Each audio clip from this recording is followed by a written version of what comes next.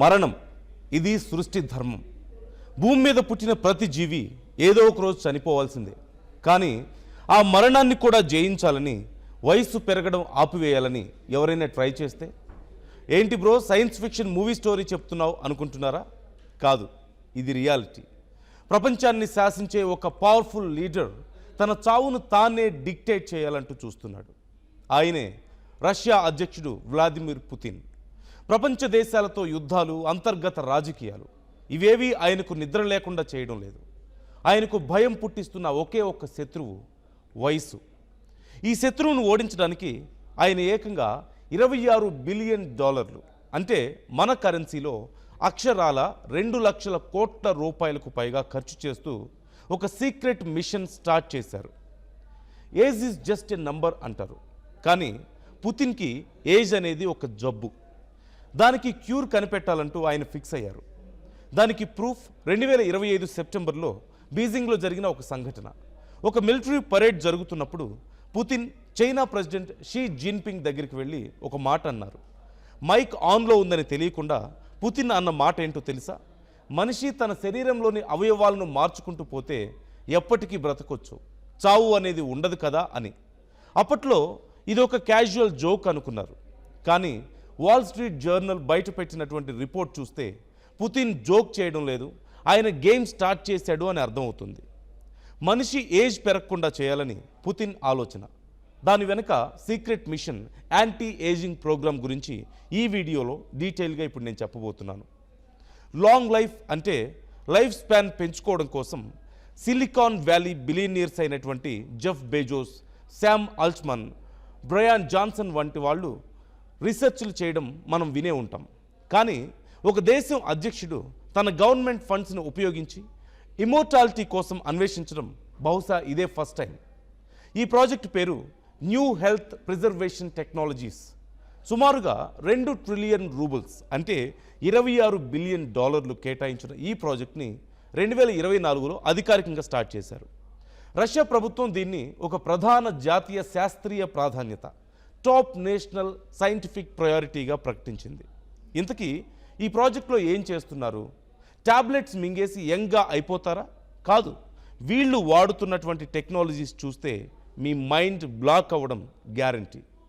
Gene therapy, జన్యు చికిత్స. కణాల వయసు పెరగడాన్ని స్లో చేయడానికి రష్యన్ సైంటిస్టులు ఒక స్పెషల్ జీన్ థెరపీని డెవలప్ చేస్తున్నారు. రష్యా సైన్స్ మినిస్టర్ డెనిస్ జెనిరిన్స్కీ చెప్పిన దాని ప్రకారం యాంటీ ఏజింగ్ అనేది ఒక అత్యంత ఆశాజనకమైనటువంటి మార్గం. 3D bio printing. ప్లాస్టిక్ బొమ్మల్ని 3D ప్రింట్ చేయడం చూస్తూనే ఉంటాం, కానీ వీళ్ళు మనుషుల అవయవాలను, జీవ కణజాలాన్ని ప్రింట్ చేస్తున్నారు. ఇప్పటికే ఎలుక థైరాయిడ్ గ్రంథిని, మనిషి మృదులాస్థి ఎముకని సక్సెస్ఫుల్గా బయో ప్రింట్ చేశారు. పందుల్లో అవయవాల పెంపకం. ఇది వినడానికి కొంచెం గగుట్పాటుగా ఉండొచ్చు. జన్యుపరంగా మార్పులు చేసిన చిన్న పందుల లోపల మనుషులకు సరిపోయే అవయవాలను పెంచుతున్నారు. రేపు మీ కిడ్నీ పాడైతే పందిలో పెరిగినటువంటి ఒక కొత్త కిడ్నీని తీసుకొచ్చి మీకు ఫిట్ చేస్తారన్నమాట. క్రయోథెరపీ, తీవ్రమైనటువంటి శీతల చికిత్స. శరీర కణజాలాలను కాపాడడానికి -170 డిగ్రీస్ ఫారెన్హీట్ ఉష్ణోగ్రత వద్ద క్రయోథెరపీ చేస్తున్నారు. 2018లోనే పుతిన్ ఆస్ట్రియన్ ఛాన్సలర్కి దీని ప్రయోజనాల గురించి క్లాస్ స్పీకర్. రివర్స్ సౌనా పద్ధతిలో బాడీని గడ్డకట్టే చలికి గురిచేసి కణాలకు మళ్ళీ జీవం పోస్తారు. ఇంత పెద్ద ప్రాజెక్ట్ని రన్ చేయడానికి పుతిన్ ఎవరిని నమ్మాడో తెలుసా? సోయానా తన సొంత కూతురు ఎండోక్రినాలజిస్ట్ అయినటువంటి మరియా వోరోన్ట్సావా, ఆమెతో పాటుగా కుచిటోవ్ ఇన్స్టిట్యూట్ అధిపతి ఫిజిసిస్ట్ మిఖాయిల్ కోవల్చుక్ ఈ ప్రాజెక్ట్ని లీడ్ చేస్తున్నారు. మిఖాయిల్ కోవల్చుక్ మైండ్ సెట్ ఎలా ఉంటుందో తెలుసా? ఆయన రష్యన్ మీడియాలో మాట్లాడుతూ ఒక పవర్ఫుల్ స్టేట్మెంట్ ఇచ్చారు. ఇమ్మోర్టాలిటీ గురించి ఇప్పుడు మాట్లాడడం కష్టం కావచ్చు, కానీ మనిషిని బాగు చేసే సామర్థ్యం, పాత అవయవాల ప్లేస్లో కొత్తవి అమర్చే టెక్నాలజీ భవిష్యత్తులో ఖచ్చితంగా వస్తుంది అని. కానీ కోవల్చుక్ గురించి ఇంకొక ఇంట్రెస్టింగ్ ఫ్యాక్ట్ ఉంది. 2015లో ఆయన ఒక స్పీచ్ ఇస్తూ కోవిడ్ మహమ్మారి వెనుక అమెరికా కుట్ర ఉంది, వాళ్ళు మనుషుల్ని తమకు సేవకులుగా మార్చుకునే ప్రయత్నం చేస్తున్నారు అని ఆరోపించాడు. అంతేకాదు, 1968లో వచ్చినటువంటి డెడ్ సీజన్ అనే రష్యన్ సినిమా ఆయనకు చాలా ఇష్టం. ఇందులో సిఐఏ నాజీ డాక్టర్లతో కలిసి ప్రపంచాన్ని కంట్రోల్ చేయడానికి కుట్ర పన్నుతుంది. అలాంటి కుట్ర సిద్ధాంతాలను నమ్మే వ్యక్తి చేతిలో ఇప్పుడు రష్యా ఫ్యూచర్ మెడికల్ టెక్నాలజీ ఉంది. వీళ్లతో పాటు పెప్టైడ్ ఆధారిత అంటే రసాయన బంధాలతో అనుసంధానించబడిన 2 నుంచి 50 అమైనో ఆమ్లాల చైన్ యాంటీ ఏజింగ్ ట్రీట్మెంట్కి గాను స్టేట్ అవార్డు తీసుకున్నటువంటి మరో సైంటిస్ట్ వ్లాదిమిర్ కవిన్సన్ మనిషి ఖచ్చితంగా 120 ఏళ్ళు బ్రతుకుతాడు అని ఆయన చాలా కాన్ఫిడెంట్గా చెప్తుంటారు. ఒకప్పుడు చొక్కా లేకుండా గుర్రం మీద స్వారీ చేస్తూ మ్యాచో మ్యాన్లా కనిపించిన పుతిన్ వయసు ఇప్పుడు 73 ఏళ్ళు. వయసు పెరుగుతున్న ముడతలు లేని ఆయన ముఖం చాలాసార్లు వార్తల్లో నిలిచింది. కానీ కోవిడ్ టైంలో ఆయనలో ఉన్న భయం బయటపడింది. ఎవరైనా ఆయన్ను కలవాలంటే క్రిమి సంహారక సొరంగాలు దాటుకొని రోజుల తరబడి ఐసోలేషన్లో ఉంటేనే పర్మిషన్ దొరికేది. తన చేతిలో పవర్ ఉంది, అన్లిమిటెడ్ మనీ ఉంది. కానీ పవర్ని మనీని మృత్యువు దగ్గర లంచంగా ఇవ్వలేం కదా. బహుశా అందుకేనేమో సైన్స్ని శాసించాలంటూ ఆయన ప్రయత్నిస్తున్నారు. దీనికి ఇంకొక బలమైన కారణం కూడా ఉంది. అదే రష్యా డెమోగ్రాఫిక్స్. మీరు అమెరికా లేదా యూరోప్ తీసుకుంటే మగవాళ్ల యావరేజ్ లైఫ్ టైం 76 నుంచి 80 ఏళ్ళు ఉంటుంది. కానీ రష్యాలో అది కేవలం 68 సంవత్సరాలు మాత్రమే. అంటే యావరేజ్గా చూసుకుంటే పుతిన్ ఇప్పటికే ఆ ఏజ్ లిమిట్ దాటేశాడు. ఇంకో గమనించదగ్గ విషయం ఏంటంటే Putin core team Kovalchuk, Yuri Ushakov, Sergei Chemezov, Nikolai Patrushev అందరూ కూడా 70 ఏళ్ల వయసు పైబడిన వాళ్లే. వీళ్ళందరికీ వయసు మీద పడుతుంది. రేపు వీరు లేకపోతే నాయకత్వ శూన్యత వస్తుందనే భయం కూడా పుతిన్కి ఉండుండొచ్చు. అందుకే తనను తన మిత్రులను కాపాడుకోవడానికి లాంగ్విటీ సైన్స్ని ఒక వెపన్లా వాడుకుంటున్నారు. ఈ ప్రాజెక్టుకి ఒక టార్గెట్ ఉంది. 2020 నాటికి డెవలప్ అయినటువంటి టెక్నాలజీతో ఈ దశాబ్దం చివరి నాటికి అనగా 2030 నాటికి 175,000 మంది ప్రాణాలను కాపాడాలని వీరు టార్గెట్గా పెట్టుకున్నారు. ఈ నంబర్ చూస్తుంటే మీకు ఒకటి అర్థం కావాలి. యుక్రెయిన్ యుద్ధంలో రష్యా కోల్పోయిన సైనికుల సంఖ్య దాదాపు ఇదే రేంజ్లో ఉంది.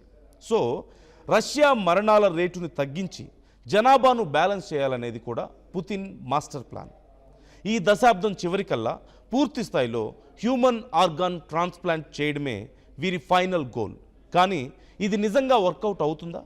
ఇదంతా పుతిన్ భ్రమ మాత్రమేనా? రష్యాకే చెందిన బయో ప్రింటింగ్ మార్గదర్శకుడు అలెగ్జాండర్ ఓస్ట్రావ్స్కీ లాంటి శాస్త్రవేత్తలు దీన్ని కొట్టిపారేస్తున్నారు. ఓస్ట్రావ్స్కీ వాల్ స్ట్రీట్ జర్నల్తో మాట్లాడుతూ ఒక ఇంట్రెస్టింగ్ పాయింట్ చెప్పారు. వీళ్ళు చెబుతున్న విషయాలను కేవలం ఆకాంక్షలుగా మాత్రమే చూడాలి, కానీ ఫలితాలుగా కాదు అంటూ దీనికి ఆయన చెప్పిన రీజన్స్ 2 ఉన్నాయి. ఒకటి, పాశ్చాత్య దేశాల ఆంక్షలు. ఉక్రెయిన్ యుద్ధం తర్వాత రష్యా మీద కఠినమైన ఆంక్షలు పడ్డాయి. దీనివల్ల రష్యన్ యూనివర్సిటీలు ఏకాకిగా మిగిలిపోయాయి. ఇంటర్నేషనల్ సైంటిస్టులతో వీరికి ఎలాంటి కాంటాక్ట్ లేదు. ఇక రెండవది, ఫండ్స్ కోసం డ్రామా. ప్రముఖ అంతర్జాతీయ సైన్స్ జర్నల్స్లో వీరు సాధించిన విజయాలపై పీర్ రివ్యూడ్ రీసెర్చ్ పేపర్స్ లేవు. మరి ప్రూఫ్ లేకుండా ప్రాజెక్ట్స్కి ఫండ్స్ ఎలా వస్తాయి?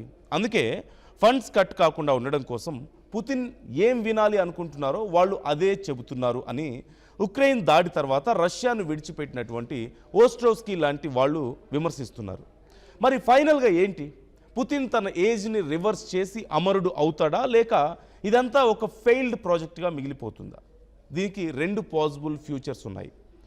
ఒకవేళ ఇది సక్సెస్ అయితే రష్యా అవయవ మార్పిడి మరియు జన్యు చికిత్సల్లో ప్రపంచానికే దారి చూపేటువంటి మార్గదర్శకంగా నిలుస్తుంది.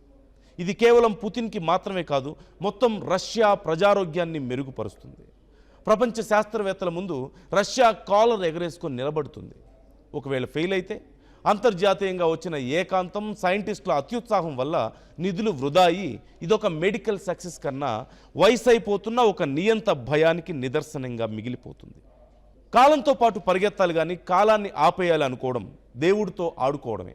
చరిత్రలో అమరత్వం కోసం ఎంతోమంది రాజులు, నియంతలు ప్రయత్నించారు.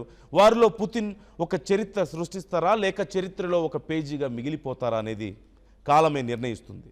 మీరేమనుకుంటున్నారు? మనుషులు అవయవాలు మార్చుకుంటూ 120 ఏళ్ళు బ్రతకడం సాధ్యమే అంటారా, లేక ఇది పుతిన్ మైండ్లో ఉన్నటువంటి భయం మాత్రమేనా? మీ ఒపీనియన్ క్రింద కామెంట్ చేయండి.